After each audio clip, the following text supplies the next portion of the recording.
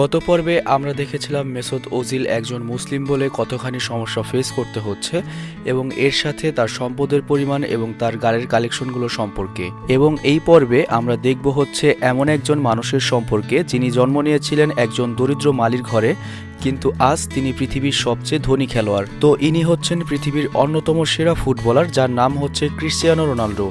এবং আপনাদের মধ্যে এমন কেউ মনে হয় না আছে যে তাকে চেনেন না। এবং তিনি গত 2018-19 অর্থ বছরে আয় করেছেন প্রায় 1000 কোটি টাকার মতো। কিন্তু অনেকেই জানে না যে সফলতার চরম শিখরে বসা রোনাল্ডোর জীবন শুরু হয়েছিল একটি ভাঙা টিনের ঘরে। তো আজকের এই ভিডিওতে আমরা ক্রিশ্চিয়ানো রোনাল্ডোর শুরু থেকে এ পর্যন্ত কিভাবে আসলো সে সম্পর্কে সংক্ষেপে জানব। ক্রিশ্চিয়ানো রোনাল্ডো 1985 সালের 5 ফেব্রুয়ারিতে পর্তুগালের শহর আনচালে জন্মগ্রহণ করেন এবং তিনি যখন পেটে ছিলেন তখন সংসারের অভাবের কারণে তার বাবা চাচ্ছিলেন তার মাকে অ্যাবর্শন করাতে, কিন্তু তার মা তাকে জন্ম দেন। এবং এজন্য রোনাল্ডো মাঝে মাঝে তার মাকে দুষ্টুমি করে বলেন যে, মা, তোমরা তো আমাকে জন্ম দিতে চাওনি, কিন্তু আজ দেখো আমি তোমাদের সবার অভাব দূর করেছি। তো যাই হোক, তার পুরো নাম হচ্ছে ক্রিশ্চিয়ানো রোনাল্ডো ডস সান্টোস।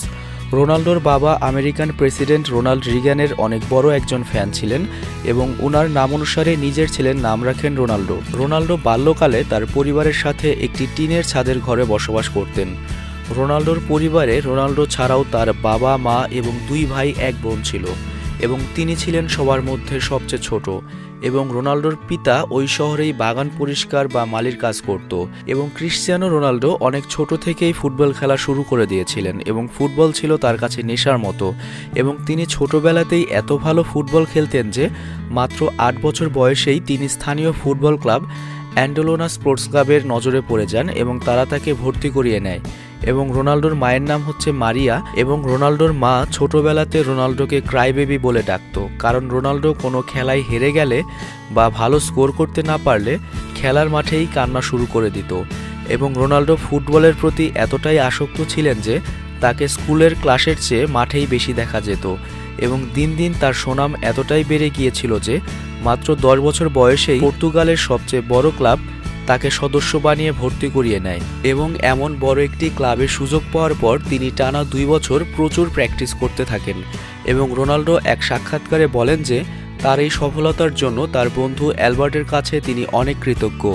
রোনাল্ডো এবং অ্যালবার্ট একই ক্লাবে খেলতেন এবং একদিন দেশের সেরা উঠতি ফুটবলার বাছাই করতে পর্তুগালের রাজধানীর সরকারি club official of sporting Lisbon আসে তাদের ক্লাবে এবং একটি ম্যাচের আয়োজন করা হয় এবং বিচারকরা বলেন যে সবচেয়ে বেশি গোল করতে পারবে আমরা তাকেই সিলেক্ট করে আমাদের ফুটবল একাডেমিতে ভর্তি করিয়ে নেব। এবং ওই ম্যাচে রোনাল্ডোর দল 3-0 গোলে জয়লাভ করে, যার প্রথম গোল দিয়েছিল রোনাল্ডো এবং দ্বিতীয় গোল দিয়েছিল রোনাল্ডোর বন্ধু অ্যালবার্টো।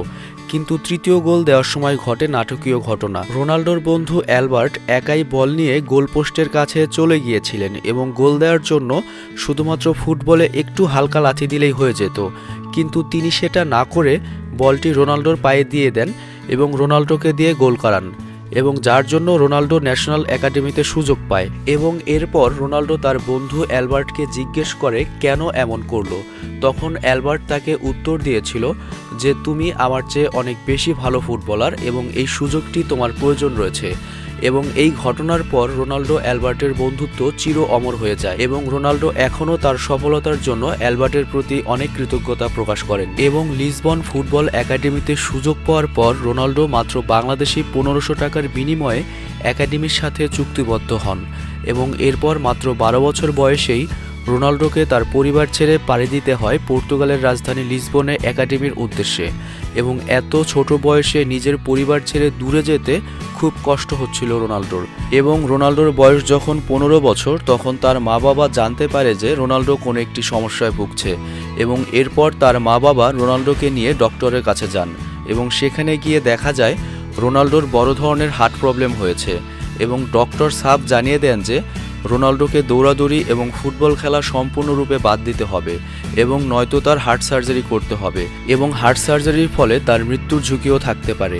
এবং একজন ফুটবল পাগলের জন্য জীবন থেকে ফুটবল বাদ দেওয়ার চেয়ে হার্ট সার্জারিকেই বেশি সহজ বলে মনে হয়েছিল এবং তিনি ডক্টরকে হার্ট সার্জারি করতে বলেন।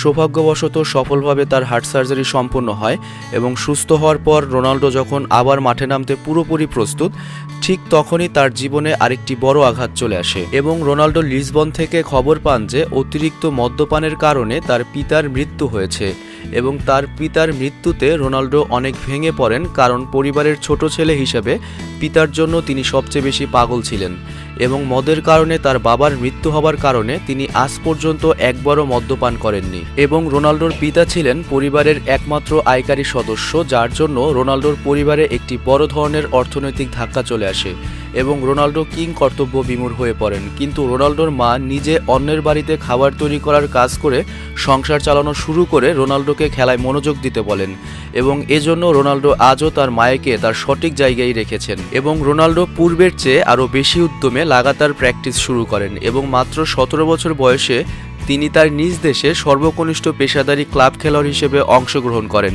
এবং অনেক ভালো খেলার কারণে মিডিয়াতে দৃষ্টি আকর্ষিত হয় এবং তার উপর চোখ পড়ে ইংলিশ ক্লাব ম্যানচেস্টার ইউনাইটেডের। এবং 2003 সালে যখন তার বয়স মাত্র 18 বছর, তখন রেকর্ড 17 মিলিয়ন আমেরিকান ডলার, যা প্রায় 144 কোটি টাকা দিয়ে ম্যানচেস্টার ইউনাইটেড তাকে নিয়ে আসেন ইংল্যান্ডে ম্যানচেস্টার ক্লাবে খেলানোর জন্য এবং এক নিমিষে তিনি গরিব থেকে মিলিয়নার হয়ে যান এবং ওই সময় এটি ছিল সর্বকালের সবচেয়ে বড় ট্রান্সফার ফি, যা ওই সময়ে তাকে হাইস্ট পেইড খেলোয়াড় বানিয়ে দিয়েছিল।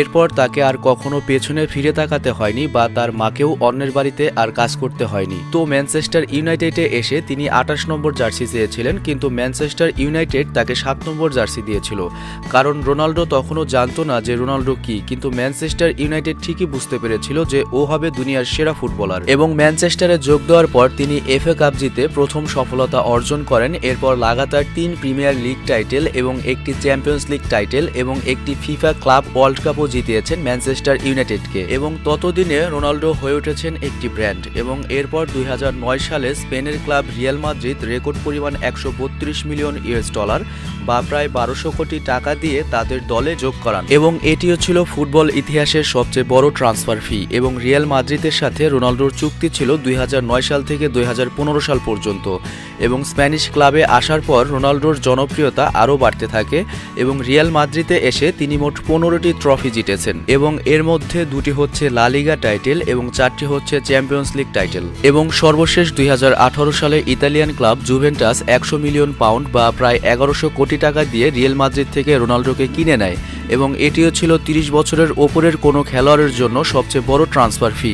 তবে দুর্ভাগ্যবশত রিয়াল মাদ্রিদ শেষের দিকে রোনাল্ডোর কোনো কদর করেনি, এমনকি রিয়াল মাদ্রিদে রোনাল্ডোর শেষ ম্যাচেও কোনো স্পেশাল আয়োজন ছিল না। তো যাই হোক, রোনাল্ডো জীবনে অনেক পুরস্কার জয় করেছেন, যেমন 2015 সালে সর্বকালের সেরা পর্তুগিজ ফুটবলার হিসেবে পুরস্কার জয় করেন এবং 2015 থেকে 17 সাল পর্যন্ত তিনি ছিলেন হাইস্ট পেইড ফুটবলার এবং এখনও পর্যন্ত তিনি দ্বিতীয় সর্বোচ্চ হাইস্ট পেইড ফুটবলার এবং তিনি হচ্ছেন একমাত্র খেলোয়াড় যিনি 5টি চ্যাম্পিয়ন্স লিগ শিরোপা জয় করেছেন, যা ক্রিশ্চিয়ানো রোনাল্ডোকে সর্বকালের অন্যতম সেরা ক্লাব ফুটবলার বানিয়ে দিয়েছে।